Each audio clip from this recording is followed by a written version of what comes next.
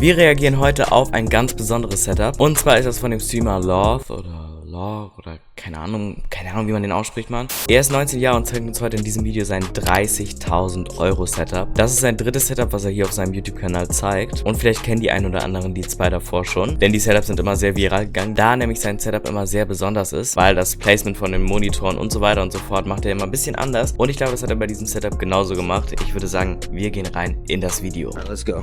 So here's the room. I know a lot of you guys have seen the setup on stream as well as on TikTok, but I know a lot of you guys have also wanted to see a more in-depth look of my room. Also erstmal schon ein richtig cooles Intro. Da ist erstmal das Setup, so ein kleiner Sneak Peek. Was man hier jetzt schon sieht, ja, er hat das Monitor-Placement wieder ganz anders, als man es gewöhnlich kennt. Und auch der Monitor links hier ist was ganz anderes, als was man sonst kennt. Halt, der ist wirklich riesig. Ich würde mal sagen, wir gehen erstmal rein und gucken, was er zu dem ganzen Setup zu erzählen hat. In 2020, everybody was building a setup at home. For school, for work, or even to just have fun and game. Well, that was me. And I made a setup tour of mine. That video made me take content seriously. Since then, I've chased my dreams, accomplished some big goals, and all of that has led us here. Well, er hat erst sein Setup zu Hause gebaut und dann halt einfach nur für Games und Schule und so. Und dann seine erste Setup-Tour, war glaube ich auch sein erstes Video, was er auf seinem Kanal hochgeladen hat, hat ihn dann popular gemacht, so. Also das hat irgendwie über 1 Million Aufrufe bekommen. Deswegen ist er jetzt Content Creator halt, weil sein erstes Video so hart geblowt ist, so. Jetzt zeigt er uns mal hier sein Setup als Content Creator. if you're new here, my name is Lo. I'm a 19-year-old content creator and streamer, and in 2023, I will be the creator that bridges gaming and lifestyle. This year, I've moved away from a perfect aesthetic and prioritized functionality. At the end of the day, this is my work. Seine erste Setup war es so eher auf Ästhetik geachtet und jetzt guckt er, dass das alles sehr funktional ist und so und dass er da viel schnell machen kann, so wahrscheinlich alles filmen und so, was er natürlich als YouTube, TikTok Creator und Streamer und so machen muss. I stream here, I edit here, I film here. So please don't judge me if it's not perfect. Perfect. I've always said the desk is the most important part of a setup. A large desk with open... Ja, der Tisch macht echt viel aus bei einem Setup. Open space is essential, especially for content creators. My desk features 2 Home Depot butcher blocks that are unfinished. I have 2 Alex drawers that I've had pretty much since the beginning of my setup. And this left side of the desk is motorized to give me ultimate adjustability. So yeah. Die linke Seite hier hat er hochfahrbar. Ist cool. That's the desk. I love it. Moving on. Monitor orientation comes in all shapes and sizes. I mean, literally, look at my past setup. And even this one. Yeah, we'll get into it. For my gaming monitor, this is one of the pieces that Okay, er hat seinen Gaming-Monitor halt, also seinen Hauptmonitor, hat er so schräg nach unten stehen. Finde ich ein bisschen gewöhnungsbedürftig, also ich glaube für mich wäre das nichts, aber wenn er so spielen kann, na klar, dann hat er eine bessere Sicht auf den oberen Monitor, aber ich weiß nicht, für mich wäre das sehr komisch, glaube ich. I've had for a really long time. I don't know the exact name, but it's an Alienware 1080p 240Hz IPS panel, and it's white. There's definitely better gaming Alienware habe ich auch schon viel von gehört, die machen, glaube ich, sehr gute Monitore. monitors out there, especially in this day and age, but I don't need anything better. But if a company wants to send me one, give me a Asus. Right above my gaming monitor, I have a BenQ 144Hz IPS 27-inch monitor as well. Also, the Alienware was 27 inches, so they match perfectly. I legitimately just use it for Discord and Spotify. And then we have the Samsung Odyssey Arc. It's a 55-inch beast of a display. Sheer size, girth is wide. Ja, der Monitor ist krank. Ist wahrscheinlich auch ultra teuer. Warte, wie teuer ist der gerade? Ich glaube, das ist der hier. 2.829 €. Alter, ist das krass. Das wäre ein bisschen zu teuer, aber ich glaube, er hat den zugeschickt bekommen. Deswegen geht das, glaube ich, noch.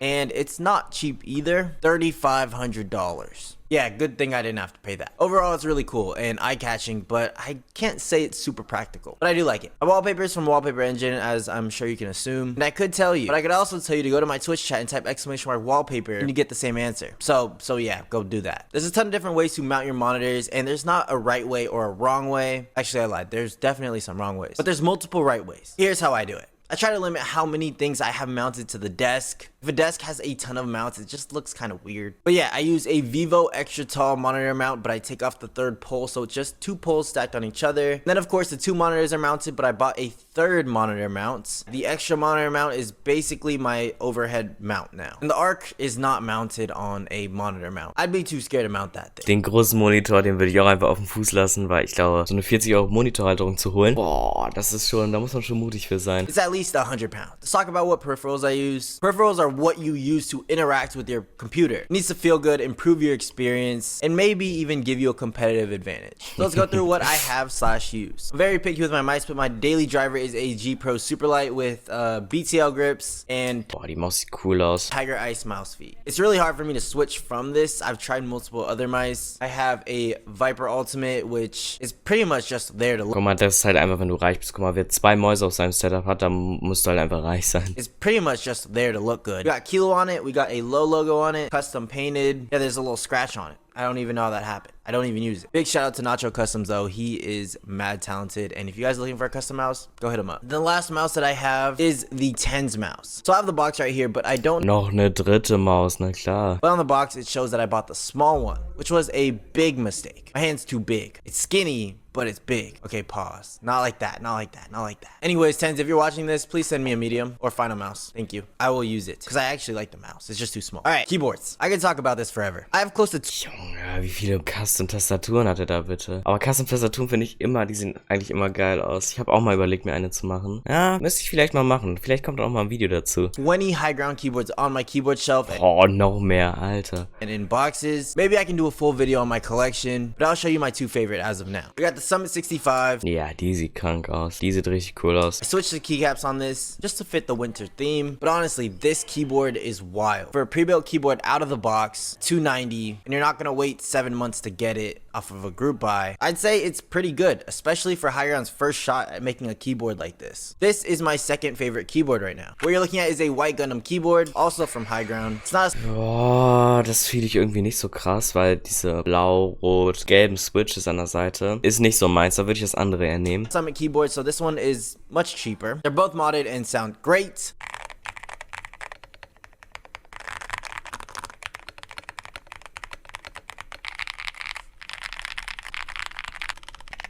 Ja, die hören sich natürlich super an. Ich meine, meine Tastatur ist halt ultra laut. Hört euch das an. Als ich die gekauft habe, hätte ich da gedacht, dass ich mal irgendwie Videos mache oder so oder irgendwie Reactions, da hätte ich mir natürlich eine leisere geholt. Vor allem, wenn du jetzt streamst und ein Spiel spielst oder so. Boah, das ist halt ultra nervig.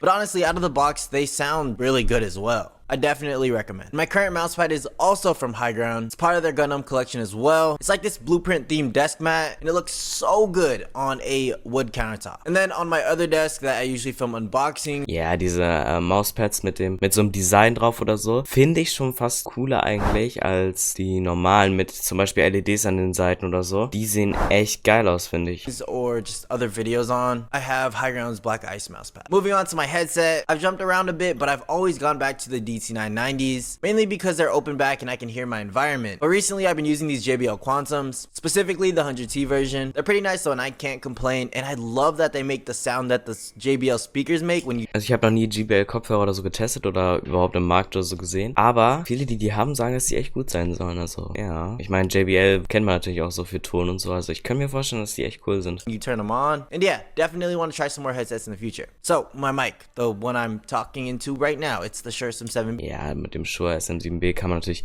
nichts falsch machen eigentlich, ist halt ein bisschen teurer, aber ist halt einfach gut, ne? Most of you guys have probably seen it, you guys probably know it, you know what it sounds like. Richtig viele Leute haben das halt. There's a reason why so many people use it, and it's good, I like it, but it's kind of boring. Literally every streamer has it, and I've had it for a few years, so I kind of just want to try something new. I have it mounted on the Elgato Low Pro boom arm. I definitely prefer this form factor over the traditional boom arm, and then all of that's connected to the Go XLR, which I have a love-hate relationship with. Like earlier today, it just crapped out on me, and then all of a sudden it's good now. I hope. I mean, if you guys have seen this video. Next, let's talk cameras. My main webcam is the Canon R6 with a 16mm f2.8 lens for that wide shot. I use a blue compass to mount it, as well as a Joby ball mount thing, whatever it's called. Then of course I have the Stream Deck XL. It was sent to me, so do not yell at me for not using all the buttons. Okay. Ich wollte es gerade sagen, warum er nicht alle Buttons nutzt, aber er hat es zugeschickt bekommen. Okay, dann finde ich es noch okay. So what do I have to power this entire setup? Let's check out my PC. So a little while back, I ditched the Lian Li 011 Dynamic and my whole custom PC, and I have a pre-built, but it's not your normal pre-built. This pre-built was sent to me from iBuyPower, and it has a 3090 and a 12900K, and while those specs are great, I just love the case. Vorher hat er dieses Lian Li Gehäuse und jetzt hat er diesen PC, und ich muss echt sagen, den finde ich schon cooler, vor allem weil das Lian Li Gehäuse Größe hat man schon echt oft gesehen. Also das haben richtig viele Leute halt, weil es auch einfach super geil aussieht so. Das Case habe ich halt noch nie so vorher gesehen. Und dafür finde ich das echt cool. Case, it's the Height Y60. I definitely think it's case of the year, and I had the O11 for so long that I just wanted to try something new. I will definitely be making some upgrades to make it more aesthetic, make it more white.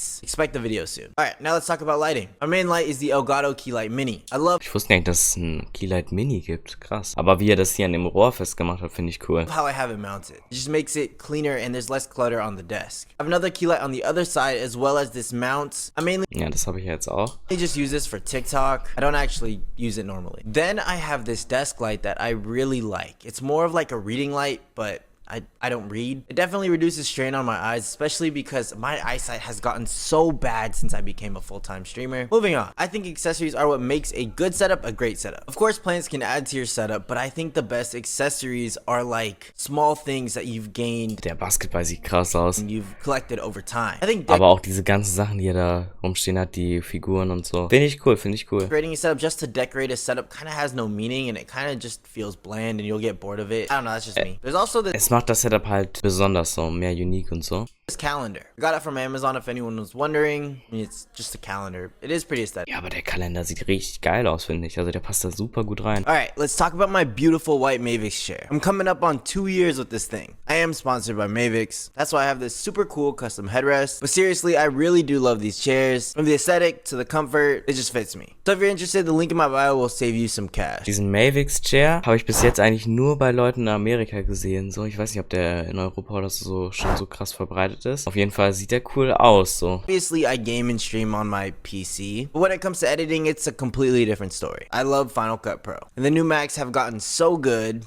I have the 16-inch M1 Max Model, 32. Ja, mit dem MacBook kann man halt auch nichts falsch machen. Ist halt aber auch nur teuer, ne? Aber MacBook ist halt einfach eine Klasse für sich, finde ich. GB of RAM, 1 TB of storage. In silver. I'm a hardcore Apple fan for sure. Lastly, I have this low sign that I love. I got it on Etsy from a vendor. Ja, I think the placement wie cool, sowas will ich auch. Is mwah. So, hier hinten da, das wird schon krank aussehen, bin ich ehrlich. Especially for my stream. The only thing I don't love about it is that it flickers no matter what I make the shutter speed on my actual camera. That's the only thing I don't love. But I mean, overall, like, that's kind of it for everything in my setup. I was super excited to build this setup just because it is a lot different than my last place. My last place had a ton of space. This place is limited. I'm in an apartment. I'm under the stairs. There's a concrete wall. It almost challenges your creativity and makes you create something, not with nothing, but with limitations. I love the concrete wall and the stairs. It all kind of adds to the aesthetic and makes it feel different and uniquely mine, which I love. So yeah, that's the setup. Drop some questions down below for me or about the setup. I'll do a Q&A soon. If you're still here, I appreciate you. Subscribe if you are new. We're just getting started. Peace. Super cooles Setup, muss man echt sagen. Also wahrscheinlich finden das ein paar gewöhnungsbedürftig und so. Das Monitor-Placement und so finde ich auch gewöhnungsbedürftig. Ich weiß nicht, ob ich damit zufrieden sein würde. Ich finde halt generell, wie das so unter der Treppe ist und dann hier hinter die Betonwand und so, macht das Setup noch viel mehr besonders. Und diese Rohre da, die da runtergehen und die dann auch perfekt zu diesen, zum Beispiel zu den Elgato-Ständern und so da passen, fühle ich übelst, weil das halt alles das Setup so, ja, diesen Industrial-Look bringt das halt so in dieses Setup und den fühle ich persönlich übertrieben. Ja, der Kalender halt, einfach alles an diesem Setup. Der linke Tisch, finde ich, ist noch mir ein bisschen zu voll. Den finde ich sehr überladen, finde ich. Aber sonst ist das Setup übelst krass.